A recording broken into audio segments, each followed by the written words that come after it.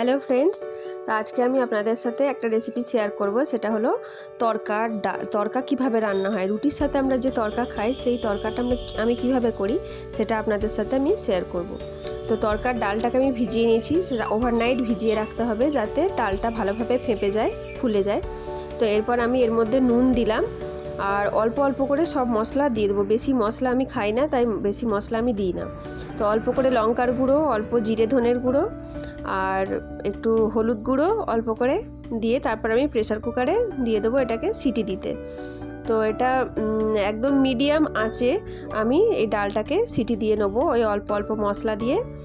তো একদম লো আঁচে 4টে সিটি দিলেই আমার মনে হয় হয়ে যাবে। আমি একটু নরম খাই, ডালটা যাতে একটু নরম হয়ে যায় সেটা আমার ভালো লাগে। তো এখানে আমি পেঁয়াজ আর টমেটো, ধনেপাতা, আদা আর রসুনকে কুচি কুচি করে কেটে নিয়েছি। তো দেখুন, তো আমার দেখি চলুন যে আর ডালটা সেদ্ধ হয়েছে কি। তো হ্যাঁ, একদম সেদ্ধ হয়ে গেছে, পারফেক্ট। তো এখানে আমি একটা কড়াই বসিয়ে দিলাম, এবার আমি তরকার মশলাটা করব। তো কড়াইয়ের মধ্যে প্রথমে আমি কসুরি মেথিটাকে ড্রাই একদম ভেজে নেব, যাতে ওটা লাস্টে তরকার ওপরে ছড়িয়ে দেবো বলে। তো এখন ওটাকে ভেজে নিলাম ওই কসুরি মেথি। তারপর কড়াইয়ে তেল দিয়ে দেবো, তারপর একটা ডিম আমি ভালো করে ভেজে নেব। তো ডিমটা আমি নুন ছাড়াই ভাজবো, যেহেতু তরকাতে ওটা পুরো মিক্সড হয়ে যাবে, সেই জন্য নুন আর দিলাম না। তো ডিমটা আমি ভালো করে ভেজে নেবো একটু।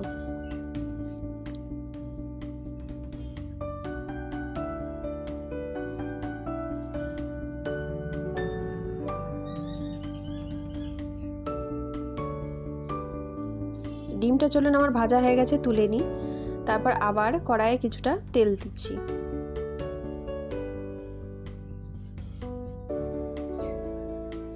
এবার আমি পেঁয়াজটা এর মধ্যে প্রথমে লাল করে নেব। পেঁয়াজটা যাতে একটু হালকা ব্রাউন কালার হয় সেই অবধি আমি পেঁয়াজটাকে ভাজবো।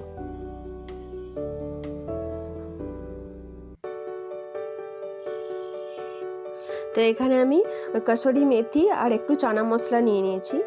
তো প্রথমে তারপর পেঁয়াজটা আমার হালকা লাল হয়ে যাবে, দিয়ে আমি আদা আর রসুন কুচিটা ওখানে দিয়ে দেবো। তো এবার আমি আদা রসুনটা দিয়ে ভালো করে পেঁয়াজের সাথে ভাজতে থাকবো। তো এটা ভাজা হয়ে গেলে তারপর আমি এবার টমেটো কুচি দিয়ে দেবো।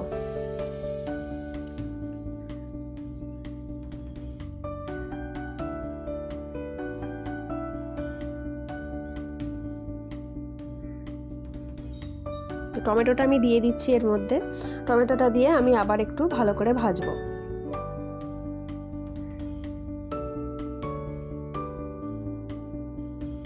একটু নুন দিলাম, স্বাদ মতো নুন। তো নুনটা আমার প্রয়োজন মতো দেবেন, কেননা আগে ডাল সেদ্ধ করার সময় একটু নুন দেওয়া হয়েছে, তো সেইটা মাথায় রেখে নুনটা দিতে হবে। একটু অল্প করেই দিলাম, তারপরে পরে আমি টেস্ট করে দেখব যে নুন ঠিকঠাক আছে কি না, তারপরে আবার ঠিক করে দেবো। তো দেখুন এই টমেটোটা নুন দিয়ে একটু ভালো করে ভেজে নিচ্ছি।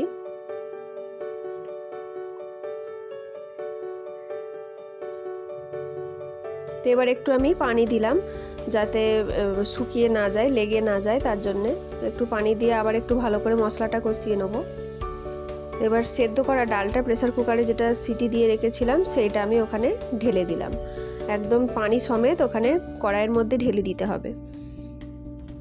তবে একটু টেস্ট করে দেখতে হবে যে নুন ঠিক আছে কি না।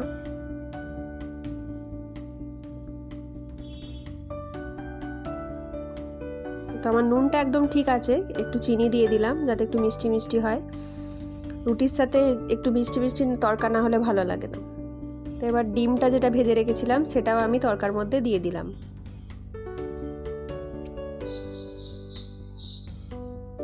আর এখানে কাসুরি মেথি আর চানা মশলাটা যেটা ছিল সেটাও আমি ওপর থেকে ছড়িয়ে দিলাম, কিছু ধনেপাতার কুচি ছিল সেটাও দিয়ে দিলাম। তো আমার হয়ে গেছে তরকা রেডি। তো চলুন এবার আমরা রুটিটা করি।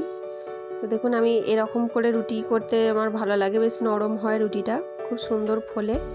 এটা আমি সকালে মেখে রেখেছিলাম রুটিটা।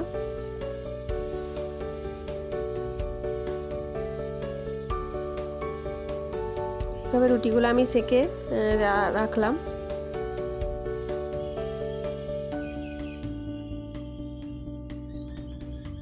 আর চাও করতে দিয়েছি, চা বসিয়ে দিয়েছি যাতে রুটির সাথে একটু চা না হলে ভালো লাগে না।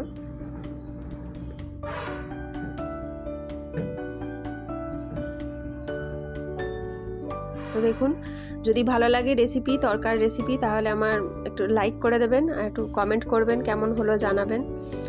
আর যদি ভালো লাগে তাহলে নতুন নতুন ভিডিও পেতে সাবস্ক্রাইব করুন আমার চ্যানেলটাকে। তো আজকের মতো ঠিক আছে, চলুন, বাই।